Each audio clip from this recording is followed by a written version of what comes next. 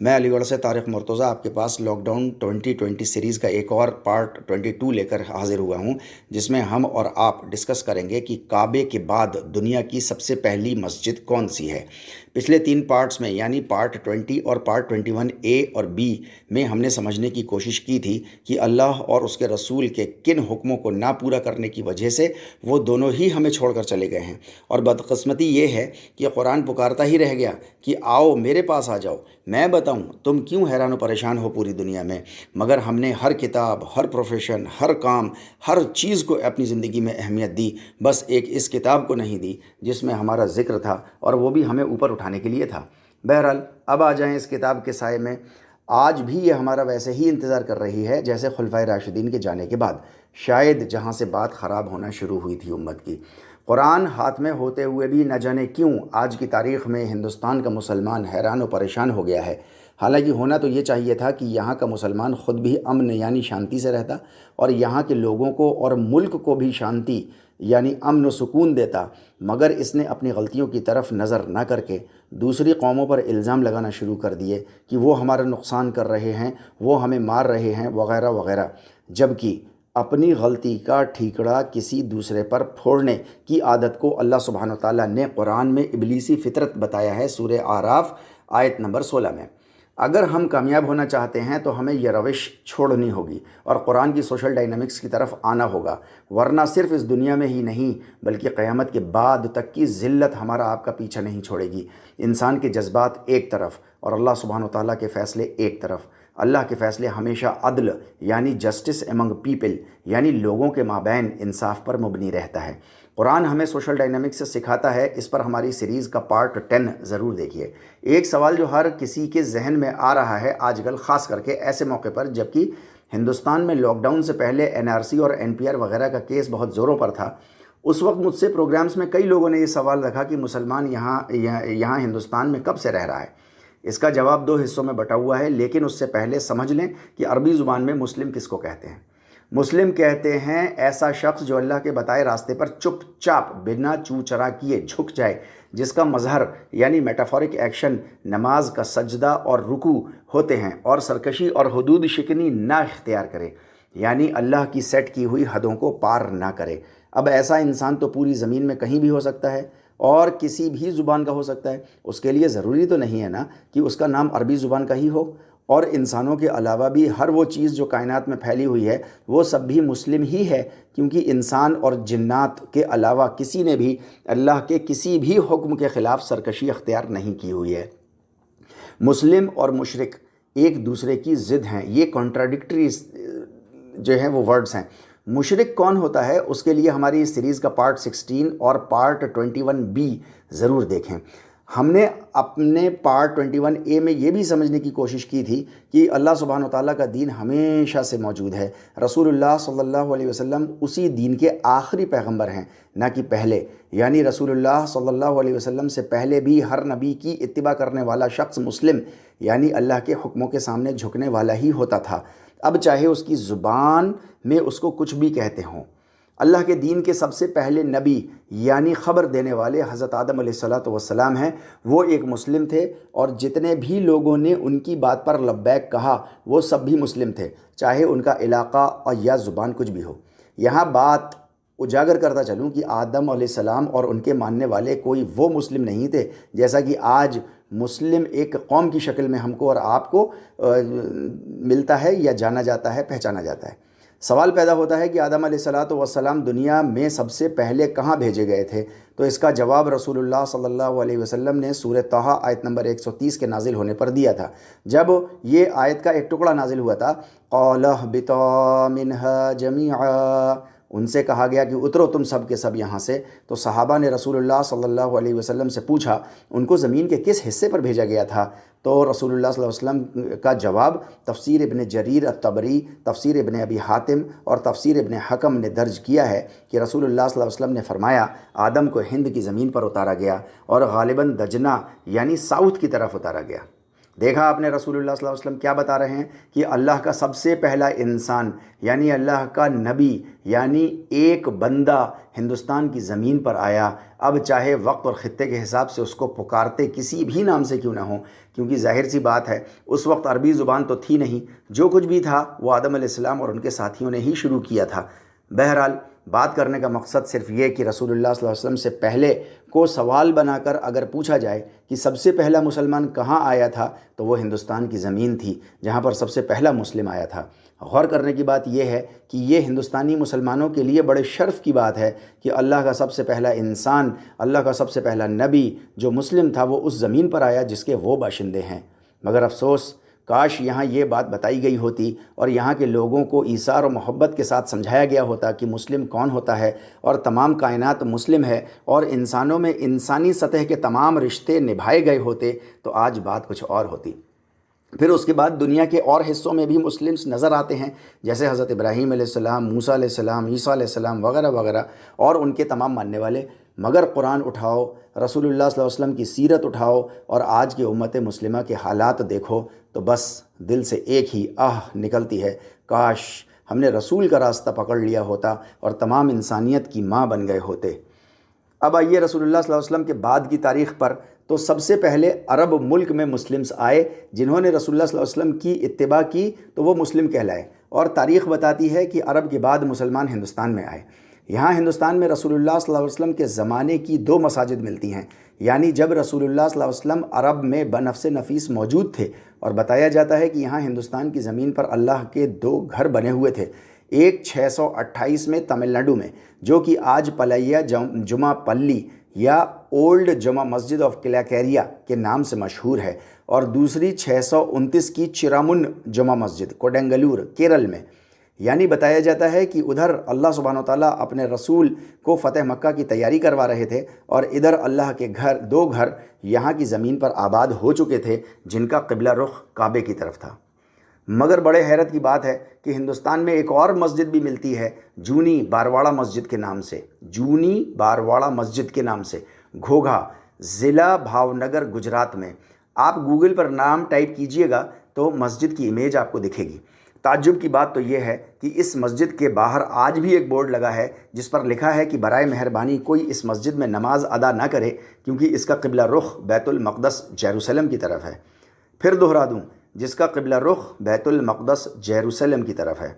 کب تھا قبلہ بیت المقدس کی طرف؟ ہمیں آپ کو بہت اچھے سے معلوم ہے کہ ہجرت سے پہلے تک قبلہ بیت المقدس تھا، پھر ہجرت کے بعد اللہ سبحانہ وتعالیٰ نے کعبے کی طرف قبلہ یعنی ڈائریکشن کا حکم دے دیا تھا۔ سوال پیدا ہوتا ہے کہ کون صحابی یا صحابہ یہاں آئے تھے اس وقت جب رسول اللہ صلی اللہ علیہ وسلم مکہ میں جد و جہد کر رہے تھے؟ تو صحابہ کی تاریخ پڑھنے سے معلوم ہوتا ہے کہ رسول اللہ صلی اللہ علیہ وسلم نے حضرت سعد بن وقاص رضی اللہ تعالیٰ عنہ کو 5ویں یا 6ٹھی نبوت سال میں، پھر دہرا دوں 5ویں یا 6ٹھی نبوت سال میں، ہجری سال میں نہیں کہہ رہا، 5ویں یا 6ٹھی نبوت سال میں یہاں ہندوستان کی طرف حضرت سعد بن وقاص رضی اللہ تعالیٰ عنہ کو بھیجا تھا۔ اور یہ تو ہمیں معلوم ہی ہے کہ مسلمان جہاں بھی جاتا ہے تو پہلی فرصت میں مسجد ڈھونڈتا ہے، اور اگر مسجد نہیں ہوتی ہے تو سب سے پہلے فکر کرتا ہے کہ اللہ کا گھر آباد ہو جائے۔ لہٰذا غالب گمان اس بات کا ہے کہ گھوگھا کی جونی بارواڑہ مسجد حضرت سعد بن وقاص کے ہاتھوں بنائی مسجد ہو۔ یہ آخری بات نہیں ہے کیونکہ ابھی اس پر ہسٹوریکل لیول پر کام چل رہا ہے، مگر اتنا تو یقینی ہے، پکا ہے کہ یہ مسجد اس وقت کی ہے جب قبلہ رخ بیت المقدس تھا، یعنی ہجرت سے پہلے کی مسجد ہے۔ یہ شرف بھی ہم ہندوستانی مسلمانوں کو ہی پوری دنیا میں حاصل ہے، اور آج بھی ہے کہ کعبے کے بعد اگر پوری دنیا میں کہیں مسجد اللہ سبحانہ وتعالیٰ کا گھر بنا ہوا تھا تو وہ ہمارے اپنے ملک ہندوستان میں بنا ہوا تھا، کیونکہ مسجد قباء یا مسجد نبوی ہجرت کے بعد کی مساجد ہیں، اور یہ جونی مسجد ہجرت سے پہلے کی مسجد ہے۔ دیکھا آپ نے ہم ہندوستانی مسلمانوں کو اللہ نے کتنا نوازا تھا۔ رسول اللہ صلی اللہ علیہ وسلم سے پہلے اپنا سب سے پہلا نبی یہاں بھیجا، اپنی سب سے پہلی شریعت یہاں بھیجی، اور رسول اللہ صلی اللہ علیہ وسلم کی نبوت کے بعد عرب کے باہر اپنا سب سے پہلا گھر یہاں کی زمین پر بنوایا۔ اگر اس کو ہماری بدبختی نہ کہا جائے تو اور کیا کہا جائے کہ اللہ سبحانہ وتعالیٰ کی اتنی نعمتوں کی ناشکری ہم نے کی، اور یہاں رہتے ہوئے ہم نے کبھی یہ فکر کرنا تک گوارا نہیں کیا کہ کم سے کم اتنے ہی حقائق، اتنی ہی سچائیاں ہم یہاں کے لوگوں کو بتا دیتے۔ اب غور کیجئے ذرا، اگر کوئی ایسا کرے تو کیا نتیجہ نکلنا چاہیے ایسوں کے لیے، سوائے اس کے جو اللہ سبحانہ وتعالیٰ نے سورہ نحل آیت نمبر 112 میں بتایا۔ وَضَرَبَ اللَّهُ مَثَلًا قَرْيَةً كَانَتْ آمِنَةً مُؤْمِنَةً۔ اللہ ایک مثال پیش کرتا ہے ایک شہر کی جو چاروں طرف سے سکون سے تھا اور سیف تھا۔ اس آیت کو، یہ سورہ نحل کی آیت نمبر 112 کو بہت غور سے سنیے گا، اور قرآن کھول کے ہر آیتوں کو دیکھا بھی کریے اپنے قرآن کے اندر۔ اللہ سبحانہ وتعالیٰ ارشاد فرما رہے ہیں، اللہ ایک مثال پیش کرتا ہے ایک شہر کی جو چاروں طرف سے سکون سے تھا اور سیف سے تھا۔ کیا مسلمانوں کی حالت ایسی نہیں تھی کہ وہ سکون سے اور سیف تھے؟ پھر اللہ تبارک و تعالیٰ ارشاد فرماتے ہیں، یأتیہا رزقہا رغدا من کل مکان، یعنی اس کا رزق اس کے چاروں طرف سے آ رہا تھا۔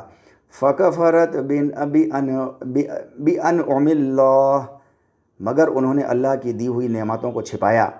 فَأَذَاقَهَا اللَّهُ لِبَاسَ الْجُوعِ وَالْخَوْفِ بِمَا كَانُوا يَصْنَعُونَ، تو اللہ نے فوراً ان کو بھوک اور آنے والے ڈر، جہاں انہیں ڈر ہو گیا کہ ان کا حق مارا جائے گا اور قتل بھی وہ کیے جائیں گے، کا ٹیسٹ کروا دیا، اس کے بدلے میں جو کچھ وہ کیا کرتے تھے۔ دیکھا آپ نے کیسے اللہ سبحانہ وتعالیٰ کی کتاب ہمارے حالات کو کھول کھول کر بتاتی ہے، مگر ہم ہیں کہ اس پر کان ہی دھرنے کو تیار نہیں ہیں۔ قرآن کہتا ہے کہ پلٹ آؤ میری طرف اور ساتھ دے دو میرے رسول کا، ماں بن جاؤ سارے انسانوں کے لیے، میں وعدہ کرتا ہوں تم کو بچاؤں گا، کیونکہ وہ تمہارا حق ہوگا کہ ہم تم کو بچائیں گے۔ سورہ یونس آیت نمبر 103۔ مگر ہمیں اپنے کریم رب سے اپنا ہی حق نہیں لینا آتا، کیا اس سے بڑی بھی کوئی اور بات افسوس کی ہو سکتی ہے؟ یہاں کے مسلمانوں کی اکثریت اس ملک کو اپنا وطن مانتی ہے۔ میں پھر دہرا دوں، یہاں کے مسلمانوں کی اکثریت اس ملک کو اپنا وطن مانتی ہے، مگر کچھ افراد ایسے بھی اکا دکا آپ کو مل جاتے ہیں جو غیریت کا رویہ دکھاتے ہیں، اور یہ بات کوئی صرف مسلمانوں کے ساتھ نہیں ہے، بلکہ اکثر نیوز میں آتا ہی رہتا ہے کہ ہندوستان کے خلاف دوسرے ملکوں کو خبریں دینے والے نان مسلمز پکڑے گئے۔